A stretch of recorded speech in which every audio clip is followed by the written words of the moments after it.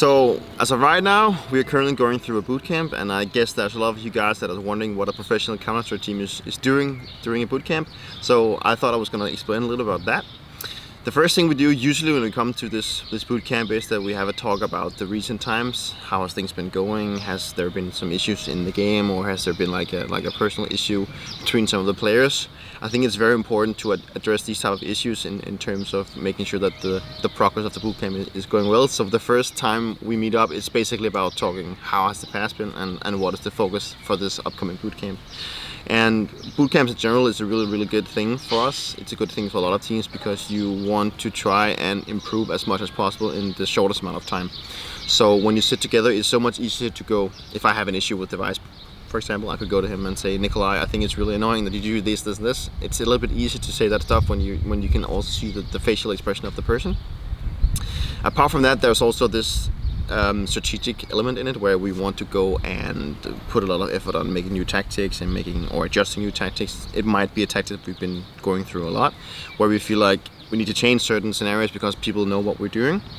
Apart from that, it's also about getting better as individuals. We put a lot of hours in obviously playing Counter-Strike, but also putting hours in becoming better as individuals. It could be an issue where I have it could be troubles learning specific grenades that I need to practice on. It could be things that I'm just not doing right.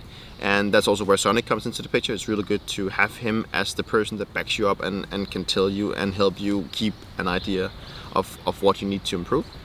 And I mean, the bootcamp has like a two thing. It's mainly about playing Counter-Strike and improving, but it's also about seeing each other and being together, socializing, because it's really important as a team that you also spend some time around each other and not only focusing on playing the game, because if you do that, it just gets too boring and it gets too much, and you can actually end up in a position where you put in too many hours of Counter-Strike instead of actually mixing it up, so you actually get some time away from the game, which is where we as players, and especially me, have the most impact in making up new strategies or doing different things like that. So a bootcamp for us is extremely important. With the current situation with the coronavirus that has been going on throughout the world for a long time now, it has definitely been different in terms of having to stay home, have to isolate yourself, but also having to keep in mind that it's actually the best for everyone. It's been times where it's been difficult. I think it's been difficult not being able to go see the teammates and actually going to these type of boot camps, and I feel like you can develop a lot, whereas when we play at home, it feels a lot more like just like practice and official games. So it's definitely been great to see the guys again. But I mean, we can also only be happy about the fact that we can continue playing esports, because esports is mainly focusing about having on the internet. So that's something that's been extremely well. So we do miss the fans, we do miss the travel, we do miss all the events, but I'm confident we'll be back soon. I think in terms of different ways that we've been practice is that once we've stayed at home, there's been a lot less going through tactics or making new tactics or stuff like that, but we've kept up the same idea how we want to play. It's not like we've changed the thing just because we play online, because yeah, sure, online is a different way to play. People are playing different with more, they're playing a lot more confidence, that they play a lot more risky, so you do maybe have to adjust a little bit in terms of how you want to approach some of the games, but I think we put more effort into that when we go into the official games where we have our preparations and we feel like, okay, these guys are probably going to be more confident playing from home than on LAN, and that is something we take into consideration once we do the preparations. But in practice, I think we've done the same, because if you change too many things in terms of practice and official games, it can be really hard to play two different games. So we've kept up doing the same thing in practice. I think a lot of people are right now thinking about the roster changes that Astralis are going through, and I think it's really important to focus on that it's actually not players getting benched or players not good enough for the team or anything, because we've definitely produced the results that we want to. I think we're just trying to take the next steps in esports where we have these possibilities of making the needed changes if a player either needs to have like a little bit of time off, or if there's this fun scenario where you feel like I'm maybe not the best player on a map like Train, then it could be really interesting to get. I think a lot of you guys are probably wondering what is happening with all the roster changes in Astralis, and I think it's really important to focus on that players are not being benched or people are not getting removed from the roster because they're not good enough.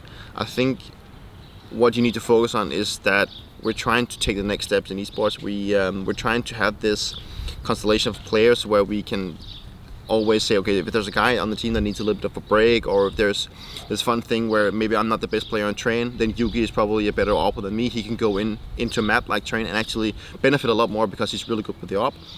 I think it could be a really fun thing in esports in the future to see that you could swap out players from map to map and you can make another constellations and everything like that. I think it's going to be really interesting, and it's only a matter of time to see if it works. Maybe it will not work for the next year and a half. Maybe it'll work in 3 years. We don't know. But in Astralis, we've always been front runners in terms of taking new initiatives, so why not do it here as well? Right now we are going through DreamHack Masters. We just played our group where we finished 2-1 in scorelines. We beat both the Danish teams of North and Heroic.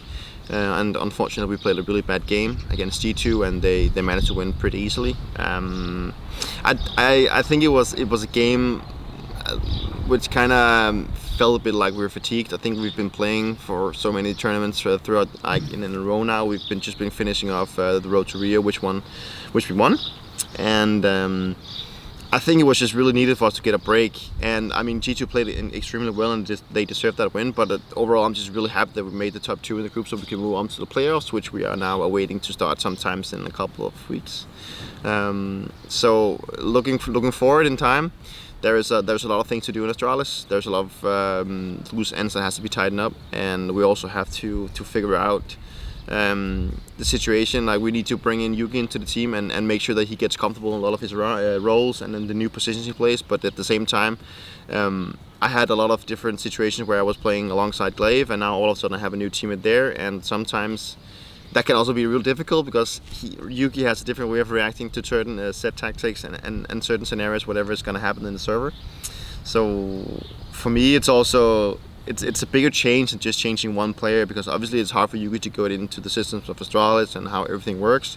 But for me, it's also about finding my confidence in this new player and seeing how he reacts in certain scenarios. Your friend is back. He's back? Oh, hello. Did you jump up? Ooh. Yeah. One of the greatest thing that has happened throughout the year, apart from the COVID situation, is that they have decided to put both majors into one tournament.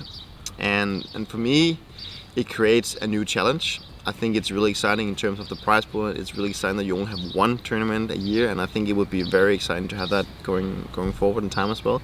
It puts a lot more effort and a lot more serious business into the talks when there's only one tournament that everyone in the world wants to win, instead of having 2 at the same time. So I think it's going to be really interesting to see. Mainly, I think it is also a little bit sad that we get to we're in a situation where it had to be split in, but I'm just really happy that we figured out a solution to how we can get into the best possible scenario. And I'm just happy that that's the thing. And it is a different thing that we won the last major, we were automatically qualified for the next one, and now that has been taken away from us. Now it's all about getting points and qualifying through a new system, which I think is fair for everyone, because it would just be unfair if you just only go for the recent invites. I think it's an interesting way to doing it, and right now it looks good. We're topping the charts right now since we won the last qualifier, so I'm just confident. I'm looking forward to it, and I'm just pretty sure I'm confident we're going to win the next major as well. If you guys thought this video was interesting, and if you want to hear more, make some comments. Let me hear what you want to hear about. Let everyone know. I think it was a great way to show a little bit of the things that we usually don't talk too much about. So if you want to see more of me and maybe also this little cute guy, maybe, then stay tuned and don't forget to subscribe.